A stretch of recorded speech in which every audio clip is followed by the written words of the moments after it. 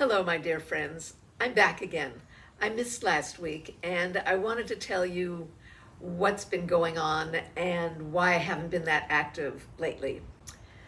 So, a couple of weeks ago, you know what? I don't even remember. Maybe it was a month ago because it feels like I've been dealing with this for a long time. I went to see you remember I had to have radiation, and remember I had the problem with the swallowing. Um, and so uh, after the radiation, then I meet with the radiologist. So I met with the radiologist, and before I met with him, the nurse comes in and she takes those oximeters, those little things that you put your finger in and it measures how much oxygen you've got going in your body or in your blood or in something. So she takes it and she looks at it and she says, "Do you have an oxygen tank at home?" Huh? I didn't know. She said, "Yeah, it's pretty low." And I don't have any oxygen. I did no. So then the radiologist comes in and he explains what's going on.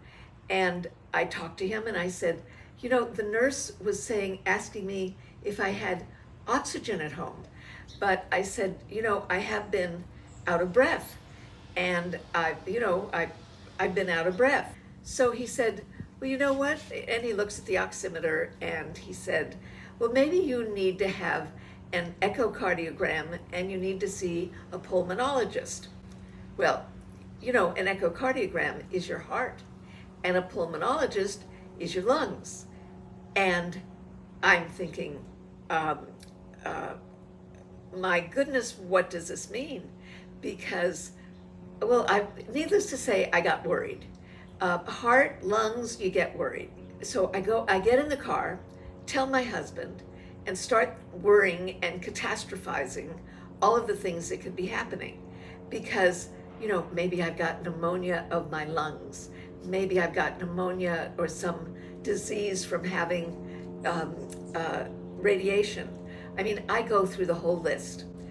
In fact, I get home and I look up, what do? I look up radiation, lungs, out of breath, with lungs, something like that. And I discovered there's a whole range of conditions. And immediately I get worried. And I'll give you an example. What panicked me? I went to Pavilions and I'm in front of the frozen ice cream. My husband loves fish ice cream by Ben and Jerry's. So I'm in front of the ice cream refrigeration unit, and I start losing my breath. I need more oxygen. I can't get enough oxygen. And it's a very panicky feeling. So I get home. I'm constantly looking up on Dr. Google. Now, I usually don't do that because I know it's dangerous. I know you shouldn't do it, but I did it anyway. And I see the medication, what you need to do, and it's scaring the living daylights out of me. So the first thing I do is I need to figure out what pulmonologist should I see and try and make an appointment. Who should I go to? Should I go to this one? Should I go to that one? My regular doctor is out of town. Remember, it's summer, so she's out of town. But a friend tells me and gives me a suggestion, and I make a call, get an appointment, and then I need to have an echocardiogram. I haven't been seeing a cardiologist. Well, I guess it's time. So, see, I was also worried because one of the tumors I had was right next to my spine and my heart. And I'm thinking, oh my God, was there damage to my heart? Immediately I figured there's damage to my heart. And so the doctor says, I really can't prescribe anything until I see your echocardiogram. I want you to see a cardiologist. And immediately I'm thinking, oh my God, this isn't my lungs, it's my heart. So I make an appointment for an echocardiogram, get that. So I get the results of the echocardiogram.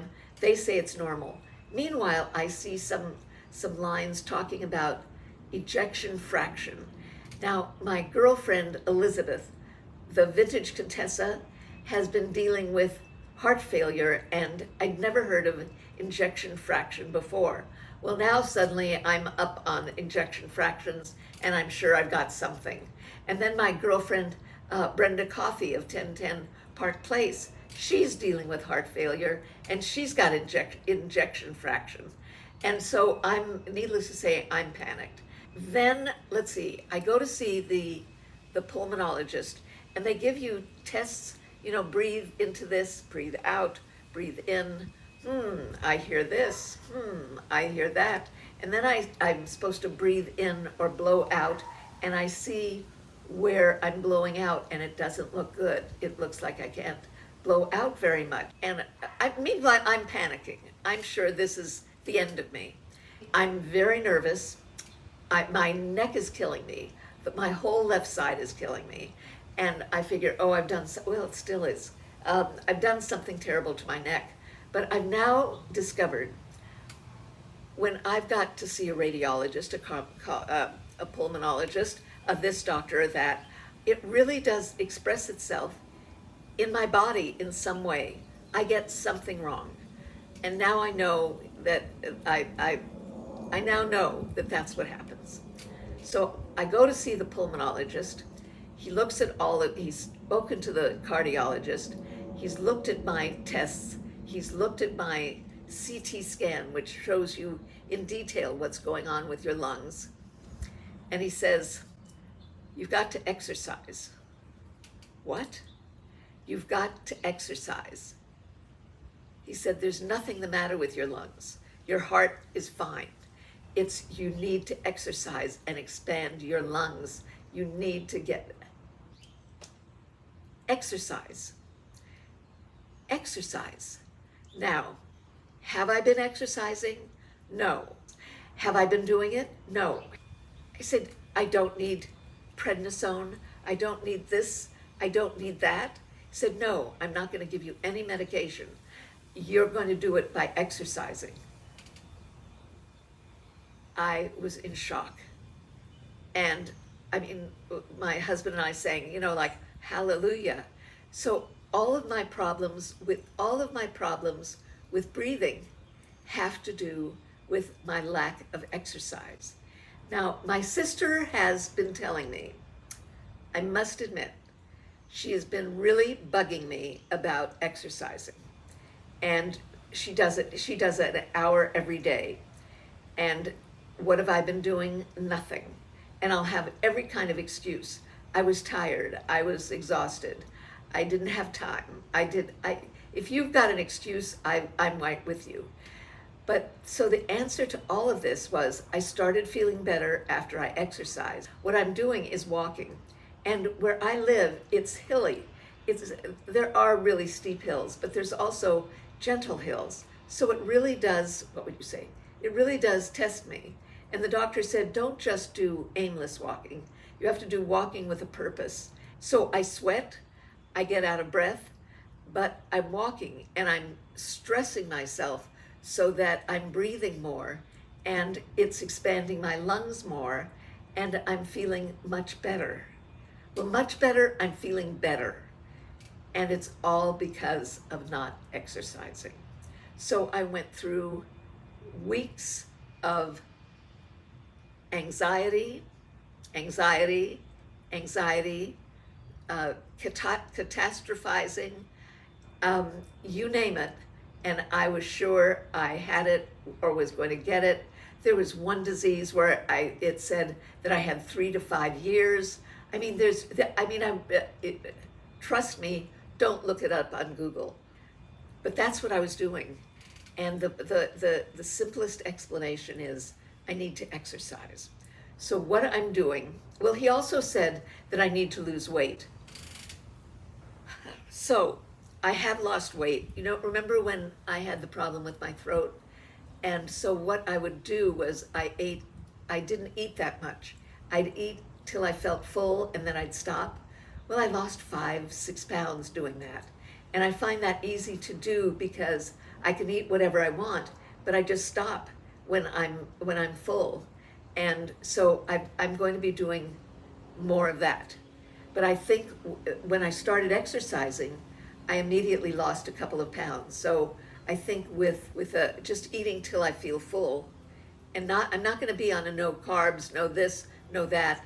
So I don't limit what I eat, but I limit how much I eat, and that seems to be the thing is limiting how much I eat and stopping when I'm and not feeling stuffed. So I'm going to need to lose weight. I'll let you know. I know what I weigh now, and I'll let you know how this goes. We'll keep track of it. And I'm now exercising pretty much every day. So I'm going on my walks, and there's a certain walk that I go on that is okay for me. And then I'm going to start going up the hills. So we'll know how well I'm doing when I can get up the hills. But I thought I'd update you, let you know what's going on, and tell you that I thought that was it, and all I needed to do was get off my bottom and start exercising. So maybe this will inspire you also. So if you don't, I like walking outside. My husband likes walking on a treadmill, but I like looking around and seeing what's going on. So I like doing that, and I like the challenge of going up and down, and I like that. Um, but let's say it's cold or hot where you are. Walk around your house. Walk in front of the television set. Walk in front of your computer. There are a lot of walking programs, dancing programs, all sorts of programs. So you know what else? I've been wanting to learn how to dance, and I thought, oh my goodness, poor me with my lungs, I won't be able to learn to dance. But now I don't have an excuse. Now I don't have one excuse. Both the heart doctor and the pulmonologist said exercise. And in fact, the pulmonologist was saying he wakes up at, I think, 5:30 in the morning. He gets on the bike and he exercises. And he says, I hate it. I hate every minute. But this way, when my cardiologist asks me if I've been exercising, I can say I've been exercising. So let's see how this goes. I'll keep you filled in, and I'll let you know how the exercising goes. Who knew? Happy summer.